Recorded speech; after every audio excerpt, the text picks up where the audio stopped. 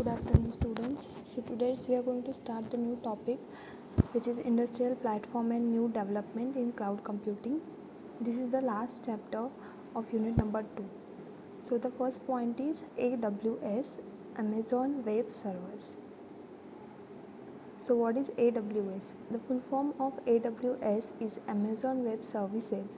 It's a platform that offers flexible, reliable and scalable, easy to use and cost effective cloud computing solutions. सो अभी तक जो है आपको समझ में आया है कि क्लाउड कंप्यूटिंग क्या होता है. The cloud computing is nothing but the term refer to storing and accessing the data over the internet and does not store any data on the hard disk of your personal computer. In the cloud computing you can access your data from the remote server. So basically कि जो भी आपको data है, जो भी आपका information है जिसको आपको स्टोर करके रखना है, नॉर्मली हम लोग जो हार्ड डिस्क में वगैरह स्टोर करते हैं, अगर हमें वो रिस्क नहीं लेना है, अगर हमें एक सेफ जगह पे डेटा को जो है परमानेंटली स्टोर करके रखना है, so we can use the cloud computing. सो ये जो हमारा प्लेटफॉर्म है क्लाउड कंप्यूटिंग का, ये हम लोग हमारे पर्सनल यूज़ के लिए भी कर सकते हैं, जैसे जीमेल है या फिर आपके कोई फ़ोटोज़ है, वीडियोज़ है, इसको स्टोर करने के लिए जो आप लोग गूगल ड्राइव यूज़ करते हो, that is cloud computing. But what about industries? तो जो इंडस्ट्रीज़ रहते हैं, लाइक आईटी कंपनीज़ है, बड़े बड़े ऑर्गेनाइजेशंस हैं, इंस्टीट्यूट है, जिनके पास ह्यूज नंबर ऑफ जो डेटा अवेलेबल रहता है, जिनका huge amount of data daily update होता है, तो ऐसे लोग जो है हार्डवेयर या फिर जो आपके हार्ड डिस्क है उसके अंदर डेटा डेली स्टोर करके नहीं रख सकते. तो उनके लिए क्या प्लेटफॉर्म अवेलेबल है? So that is AWS. So AWS is a platform that offers a flexible, reliable, scalable and easy to use cost effective cloud computing solution. ये आपको एक इजी वे से flexible and reliable platform provide करता है कि इसके अंदर आप लोग ह्यूज अमाउंट ऑफ जो भी आपका डेटा है उसको परमानेंटली स्टोर करके रख सकते हो. जैसे आपने अभी तक सीखा कि क्लाउड कंप्यूटिंग के अंदर आपको पे करके जितना चाहिए और जो सर्विस चाहिए उसके अकॉर्डिंग आप लोग उसको पे करके जो है डेटा स्टोर कर सकते हो. तो AWS is a service that provide you a platform to store your data.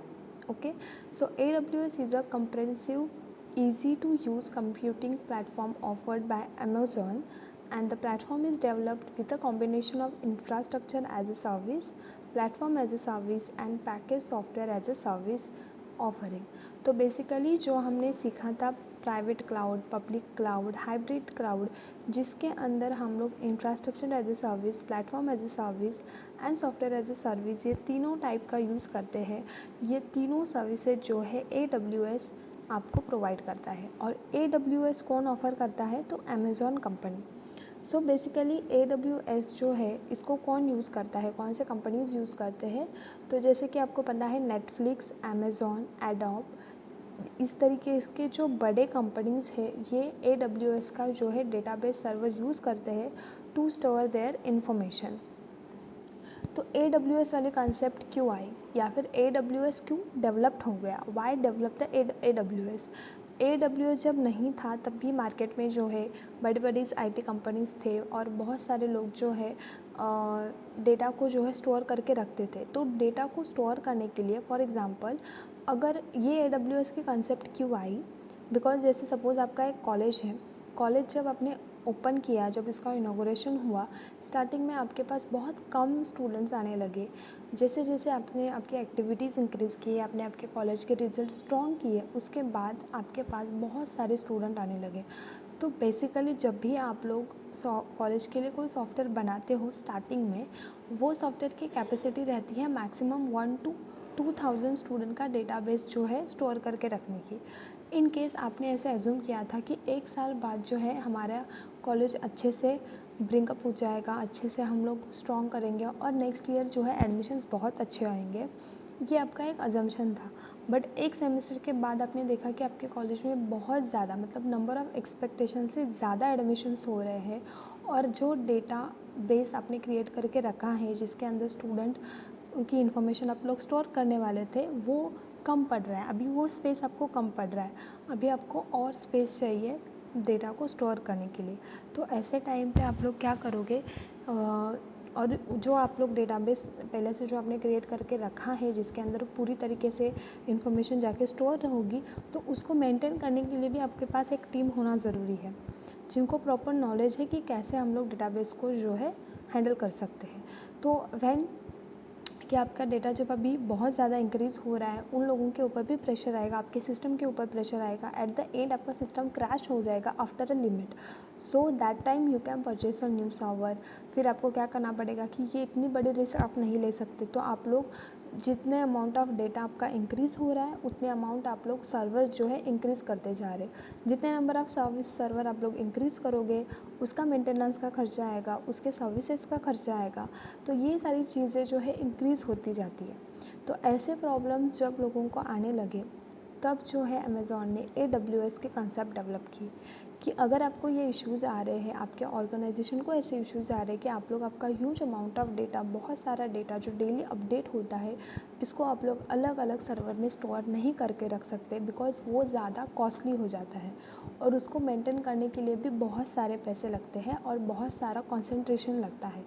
तो उन लोगों ने आपको ऑफ़र किया कि आप लोग हमारा प्लेटफॉर्म यूज़ करो जिसके अंदर आप लोग अनलिमिटेड जो है डेटा स्टोर करके रखो, जितना स्पेस आपको क्लाउड में चाहिए आप लोग उतना उसको परचेस करो और then you can use it by any time. Then उसके बाद AWS ने जो है आपको बहुत सारे सर्विसेज को जो है सर्विसेज देना स्टार्ट किए। इससे क्या होता है, आप लोग मैक्सिमम अमाउंट ऑफ डेटा जो है स्टोर करके रख सकते हो।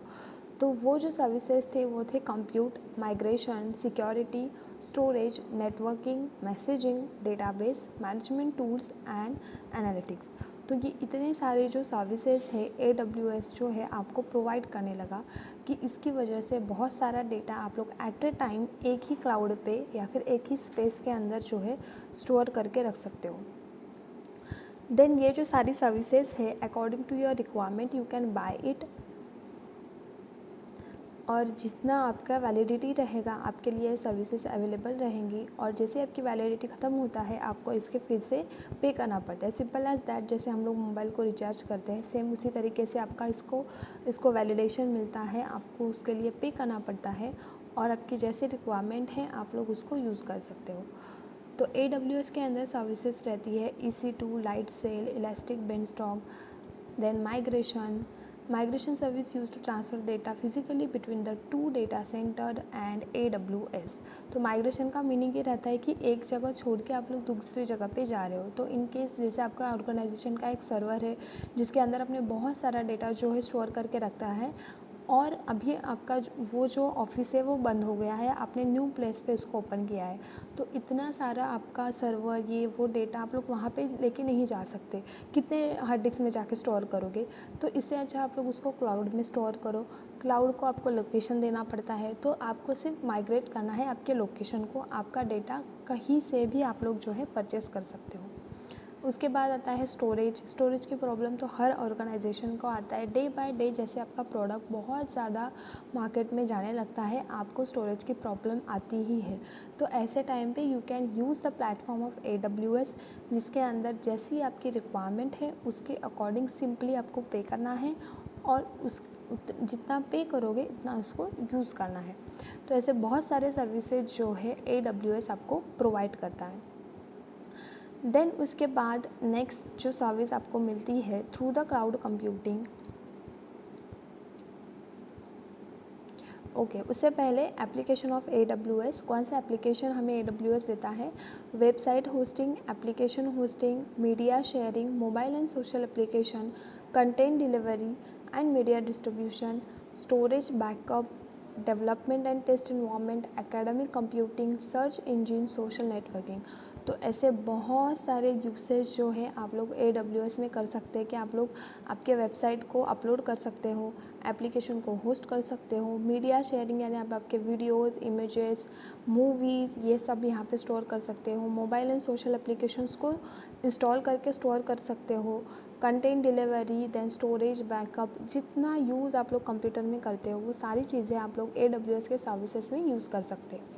कौन से कंपनीज़ है जो AWS को यूज़ करते हैं? That is Instagram, Netflix, Twitter, LinkedIn, Facebook, Turner broadcasting which is a 10 million turnover जिसका है, then Zoopla, Samsung, Pinterest and Dropbox. ये आप लोग डेली इसको यूज़ करते हो। डेली आप लोग इंस्टाग्राम पे जो है आपका अपडेट देते हो, स्टोरीज देखते हो, फोटोज़ देखते हो, फेसबुक पे देखते हो, ट्विटर पे देखते हो। तो ये सारी जो चीज़ें हैं जो डेली अपडेट होती है न्यूज़ फीड में, ये सब डेटा जाके कहाँ पे स्टोर होता है?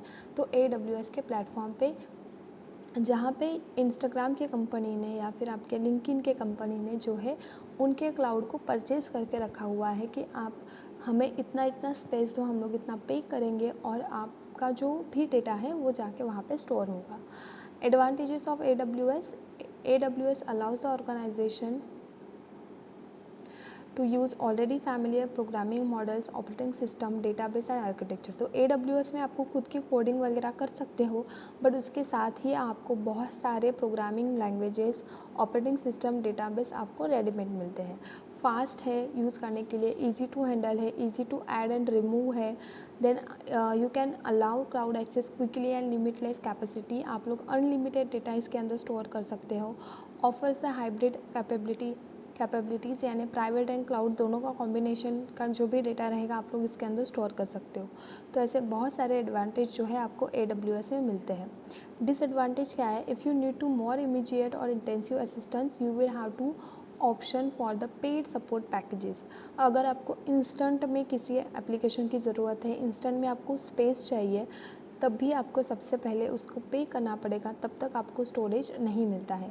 Amazon Web Service may have some common cloud computing issues when you have to move the cloud, for example, downtime, limited control and backup protection. तो AWS में भी कुछ आपको माइनर ऐसे प्रॉब्लम्स मिलेंगे कि ये इसके सर्वर कभी कभी डाउन हो जाते हैं, कभी कभी लिमिट टू कंट्रोल आता है, बैकअप प्रॉपरली नहीं होता है। तो अगर कोई सॉफ्टवेयर है, कोई भी एप्लीकेशन है, कोई भी डेटाबेस है, तो वो 100% बग फ्री नहीं आता है, आपको पता होगा। तो बग फ्री नहीं होना यानी क्या कि उसके अंदर कुछ ना कुछ जो ड्रॉबैक्स है रहती ही है। तो वही कुछ ड्रॉबैक्स जो है AWS में आपको मिलते हैं। Second type of cloud computing which is Google app engine. The Google app engine is a platform as a service product that provides the web app developers and enterprise with the access to Google's scalable hosting tier 1 internet service. The app engine requires that apps be written in a Java or Python, store the data in a Google Big Table, use the Google query language. Non-complete application requires the modification to use app engine. Google App Engine provides the more infrastructure than other scalable hosting services such as Amazon Elastic Compute Cloud, that is EC2. The App Engine also eliminates some system administrator developmental tasks to make it easier to write a scalable application. Google App Engine is a free up to certain amount of resources. Use the exceeding per day, per minute, use the rate of CPUs, resources, storage, number of APIs, calls and requests, concurrent requests can pay for more of these resources. तो Google app engine क्या रहता है? तो Google app engine भी एक तरीके से cloud computing का काम करता है। ये भी एक प्लेटफॉर्म है जहाँ पे आप लोग प्लेटफॉर्म एज ए सर्विस का यूज़ कर सकते हो। तो प्लेटफॉर्म एज ए सर्विस यानी क्या कि जहाँ पे आपको आपके एप्लीकेशन को जो है रिलीज़ करने के लिए स्पेस चाहिए। फॉर एग्जांपल आपने अगर कोई वेबसाइट बनाई और वो वेबसाइट आपको गूगल पे जो है अपलोड करनी है, वो वेबसाइट को लोग देखें, वो वेबसाइट पे आके लोग विज़िट करें, आपके प्रोडक्ट के बारे में जानें। ऐसे अगर आपको लगता है तो आपको आपके वेबसाइट को जो है पब्लिक करना पड़ता है और उसके लिए आपको जो है गूगल से डोमेन लेना पड़ता है। तो उस तरीके का जो प्लेटफॉर्म रहेगा जहाँ पे आप लोग आपके एप्लीकेशन को रिलीज़ कर सकते हो, you can use the Google app engine. Then according to your requirement you have to pay for it and use your storage. What does Google App Engine mean? The Google App Engine is a service for developing and hosting the web application in Google data centers belonging to the platform as a services category of cloud computing. Web application host on a GAE are sandboxed and run across the multiple server for redundancy and allowing the scaling and resources according to the traffic requirement of the moment. तो इसके अंदर आपको Google platform के अंदर आप hosting कर सकते हो वेबसाइट को। देन वेबसाइट के अंदर जो है आप लोग चेंजेस अगर करना है तो ऐसे कोई प्लेटफॉर्म जहाँ पे आप लोग वेब एप्लीकेशंस को जो है होस्ट कर सकते हो और डेवलप कर सकते हो, तो वो है JEI, that is Google app engine. और इसके अंदर आप लोग क्लाउड की प्लेटफॉर्म एज ए सर्विस ये जो सर्विस है इसको यूज़ करते हो. Google App Engine is a Google platform service offering that allow the developers and businesses to build up and run the application using Google Advanced Infrastructure. तो इसके अंदर आपको जैसे इंफ्रास्ट्रक्चर चाहिए, जैसे आपको वेबसाइट बनानी है, जैसे डेवलप्ड करनी है, you can make it. Then इसके अंदर जो आपको लैंग्वेजेस मिलेंगे which is Java, Python, PHP. Normally जब भी आप लोग वेबसाइट बनाते हो तो आप लोग HTML में बनाते हो, बट उसका जो सपोर्ट रहता है, जो जाके वो स्टोर होती है, वो हमेशा PHP में होती है. So you can use Java and Python and PHP for your web hosting and web applications. So JEA is a platform, so it is a provide all the required element to run and host the web application, be it on a mobile and web. तो इसके जो applications रहते हैं आप लोग उसको mobile में भी यूज़ कर सकते हो और you can use in a web also. Then advantages of JEA, that is a और JEA यानी गूगल ऐप इंजिन ये जो है आपको गूगल से प्रोवाइड किया जाता है. आपको अगर पता होगा वेब होस्टिंग जो हमेशा होती है वो हम लोग गूगल पे करते हैं. गूगल पे हम लोग अगर आपको सपोज़ नियर बाय होटल्स चाहिए, नियर बाय कॉलेज चाहिए, नियर बाय डीमार्ट चाहिए, तो आप लोग डायरेक्टली जाके गूगल पे सर्च करते हो. तो सर्च करने से जो है नंबर ऑफ़ वेबसाइट्स है वहाँ पे आते हैं, बहुत सारी इन्फॉर्मेशन आती है, जस्ट बिकॉज वो एक प्लेटफॉर्म है जहाँ पे आप लोग डोमेन खरीद के जो है आपके वेब को होस्ट कर सकते हो. Number 3 is Microsoft Azzur. तो Microsoft Azure is a cloud computing service from the Microsoft. Amazon Web Service, AWS provided by Amazon, Google App Engine provided by the Google, and Microsoft Azure is provided by Microsoft. So Microsoft Azure is a cloud computing service from a Microsoft. Azure offers a range of software as a service, platform as a service, and infrastructure as a service. तो इसके अंदर आपको तीनों services मिलती है जो cloud computing में है. For developing application services on a Microsoft manage by a data centre infrastructure. अगर आपको अमेज़ॉन के वेब सर्वर पे, अमेज़ॉन के डेटा सेंटर पे अगर आपके एप्लीकेशंस क्रिएट नहीं करने हैं, डेटा को स्टोर नहीं करना है, so you have another option which is provided by the Microsoft which called as a Microsoft Azure. ये जो एक प्लेटफॉर्म है जिसके अंदर आप लोग software as a service, platform as a service and infrastructure as a service, cloud के ये तीनों सर्विसेज को जो है यूज़ कर सकते हैं. What do I need to know about Azure? Microsoft Azure has more than 100 services to help you quickly to solve your toughest challenges. It is agility of built-in development operations, allow you to iterate quickly, deliver the code using the end-to-end and cloud development platform. तो इसके अंदर आपको जो है 100 से ज़्यादा services मिलेंगी. ये आपको क्विक रिस्पॉन्स करता है जब भी आपका टफेस्ट टाइम है, आपका सर्वर डाउन है, आपको बहुत इंस्टेंटली जो है डेटा को स्टोर करके रखना है, डेटा का बैकअप करके रखना है. So you can use this Microsoft azure. Then whatever languages you utilize, whether Microsoft Azure, Visual Studio, Team Services or another open source tool like a Shape, Jenkins, you can able to debug faster and easier than ever before. तो Microsoft के अंदर जो है आप लोग बहुत सारे languages को यूज़ कर सकते हो और यहाँ पे जो है सर्विसेज फास्ट आपको मिलती है. Microsoft Azure support any tool, languages, framework, Node, Java, .NET. Microsoft best in a class development tools help to write great code. Visual Studio and Visual Studio Code are supported to improve your productivity. तो Microsoft के जितने भी product है, Microsoft Visual Studio है, then Microsoft Studio है, तो उनके जितने भी प्रोडक्ट है, जितने भी प्लेटफॉर्म्स है, ये सब आपको जो है एक ही प्लेटफॉर्म के अंदर मिलेंगे, that is Azure provided by Microsoft. इसके अंदर आपको माइक्रोसॉफ्ट के सारे सर्विसेज को यूज़ करने को मिलता है. लाइक ऑफिस है, माइक्रोसॉफ्ट ऑफिस है, पावर पॉइंट है, ड्रॉप बॉक्स है, द माइक्रोसॉफ्ट टीम का एप्लीकेशन है. तो ये सारे एप्लीकेशन जो है आप लोग इसके अंदर यूज़ कर सकते हो. तो बेसिकली आपके पास ऑप्शन है कि अगर आपको बहुत सारे डेटा को जो है परमानेंटली स्टोर करके रखना है, परमानेंटली सेव करके रखना है, so you have a total 3 option, that is Microsoft Azure, then AWS, that is Amazon Web Service, and Google App Engine. तो ये तीनों सर्विसेज है, ये तीनों क्लाउड कंप्यूटिंग सर्विसेज है या फिर ये तीनों क्लाउड कंप्यूटर से जिसके अंदर आप लोग अपनी जो सर्विसेज है उसके अकॉर्डिंग डेटा को स्टोर करके रख सकते हो। किसी को प्लेटफॉर्म चाहिए तो वो प्लेटफॉर्म में जो सर्विस ले सकता है, किसी को इन्फॉर्मेशन स्टोर करना है, किसी को सिर्फ सिक्योरिटी पर्पज़ के लिए डेटा को स्टोर करना है। तो जैसे आपकी रिक्वायरमेंट है, आप लोग तीनों में से एक क्लाउड कंप्यूटिंग के ऊपर आपका डेटा जो है स्टोर करके रख सकते हो।